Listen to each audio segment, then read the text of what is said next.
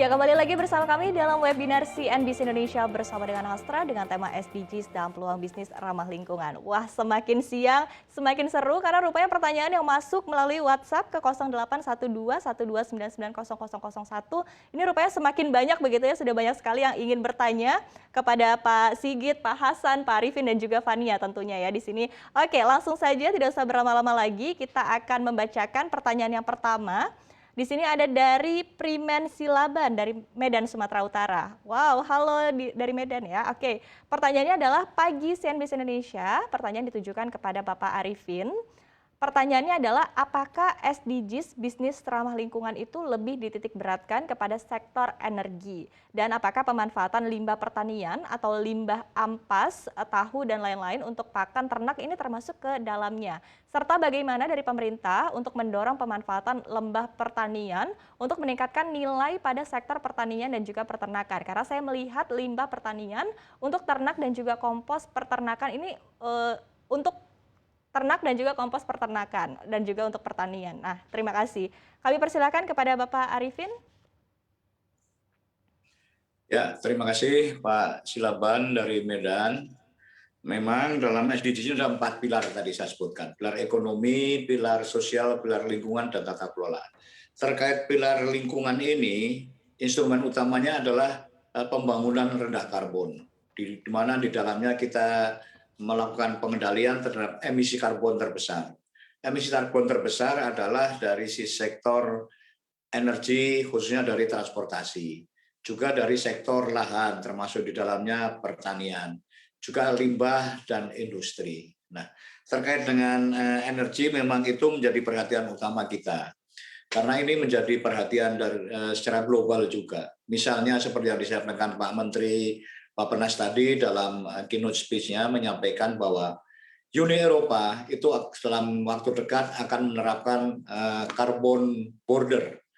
Artinya semua produk yang masuk ke Uni Eropa yang kalau proses produksinya masih menggunakan energi yang berbasis fosil dengan emisi yang tinggi akan dikenakan pajak tambahan. Makanya kita betul-betul berpikir tentang transisi energi jangka panjang ini. Bagaimana kita merubah energi primer kita yang berbasis fosil menjadi berbasis energi baru terbarukan. Tapi ini jangka panjang. Nah, untuk mengisi kekosongan dalam jangka panjang tadi, tentunya kita akan menggunakan semua sumber energi yang kita miliki. Salah satu sumber energi yang kita miliki, meskipun tidak terbarukan, tetapi memiliki emisi karbon paling rendah, the cleanest technology adalah energi berbasis gas. Makanya kita optimalkan betul bagaimana pemanfaatan gas ini di seluruh wilayah Indonesia. Kita kembangkan jaringan gas kota, kita kembangkan Transgas Kalimantan, kita kembangkan Transgas Pulau Jawa. Itu semua upaya bagaimana kita meningkatkan gas menjadi sumber energi utama, baik untuk transportasi, untuk rumah tangga, maupun untuk industri. Itu contoh saja bagaimana kita deal untuk jangka panjang pilar ekonomi dalam SDGs. Yang kedua, betul, terkait pertanian itu menjadi perhatian kita semua. Prinsip yang kita gunakan di sini adalah yang disampaikan Mbak Fania tadi, circular ekonomi, ekonomi sirkular. Bagaimana kita memanfaatkan semua produk, semua bahan baku, setelah jadi tidak buang lagi, tapi kita gunakan lagi sebagai input produk, ya, termasuk di sektor pertanian. Limbah-limbah pertanian ini bisa kita gunakan sebagai sumber energi, bisa kita akan gunakan sebagai pupuk organik dan sebagainya. Itu yang kita galakkan selama ini, dan itu sudah kita praktekkan di beberapa wilayah sebagai contoh-contoh terbaik untuk pemanfaatan limbah pertanian yang lebih produktif lagi. Jadi memang betul dua hal tadi, energi dan juga green agriculture, pertanian yang ramah lingkungan, itu menjadi salah satu program utama dalam SDGs untuk pilar lingkungan terutama. Oke, siap. Terima kasih sekali. Ini sangat jelas begitu ya jawabannya, sangat konkret dan juga detail begitu terkait dengan memang energi untuk sektor pertanian ini adalah green energy memang sangat dibutuhkan begitu. Salah satunya tadi melalui hal-hal yang ditanyakan oleh Primen yaitu adalah tadi seperti apa untuk penggunaan limbah ampas tahu dan juga pakan ternak begitu termasuk di dalamnya ya. Nah, kita beralih ke pertanyaan berikutnya ada dari Citra dari Solo. Pertanyaannya ditujukan kepada Pak Sigit. Oke, pertanyaannya adalah bisnis UMKM berkelanjutan apa yang paling besar pangsa pasarnya? Silakan, Pak.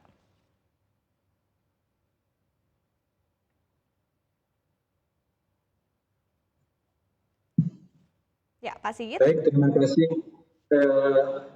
atas pertanyaannya. Saat ini kami ini mengelola UMKM terhadap 4 sektor. Yang terbesar adalah sektor kerajinan dan kuliner, itu 45%. Kemudian disusul sektor pertanian itu sekitar 29%. Dan yang berikutnya 16% adalah dari sektor manufacturers. Dan sisanya 10% adalah sektor bengkel. Saat ini kami mengelola lebih dari 2.000 UMKM yang aktif di 4 sektor tadi. Namun kalau sejak kita berdiri tahun 1980, Yayasan Dharma Bakti Astra ini telah memberikan pembinaan lebih dari 11.600 UMKM dan beberapa di antaranya UMKM ini telah mendapatkan sertifikasi yang mandiri. Jadi itu yang kami kelola dan kami fokuskan kepada 4 sektor tadi. Mungkin itu Mbak Sarah. Oke, Pak Sigit, tapi mungkin boleh di-share juga Pak kepada kita begitu ya untuk spesifiknya nih Pak, sebetulnya barang-barang apa saja sih Pak yang memiliki pangsa pasarnya besar begitu? Dari spesifik produknya. Kalau secara produk dari sisi manufacture itu yang paling banyak adalah suku cadang yang disuplai kepada perusahaan-perusahaan otomotif baik roda 2 maupun roda 4. Kemudian kalau dari sisi kerajinan itu banyak berupa handicraft, seperti kerajinan tangan, dan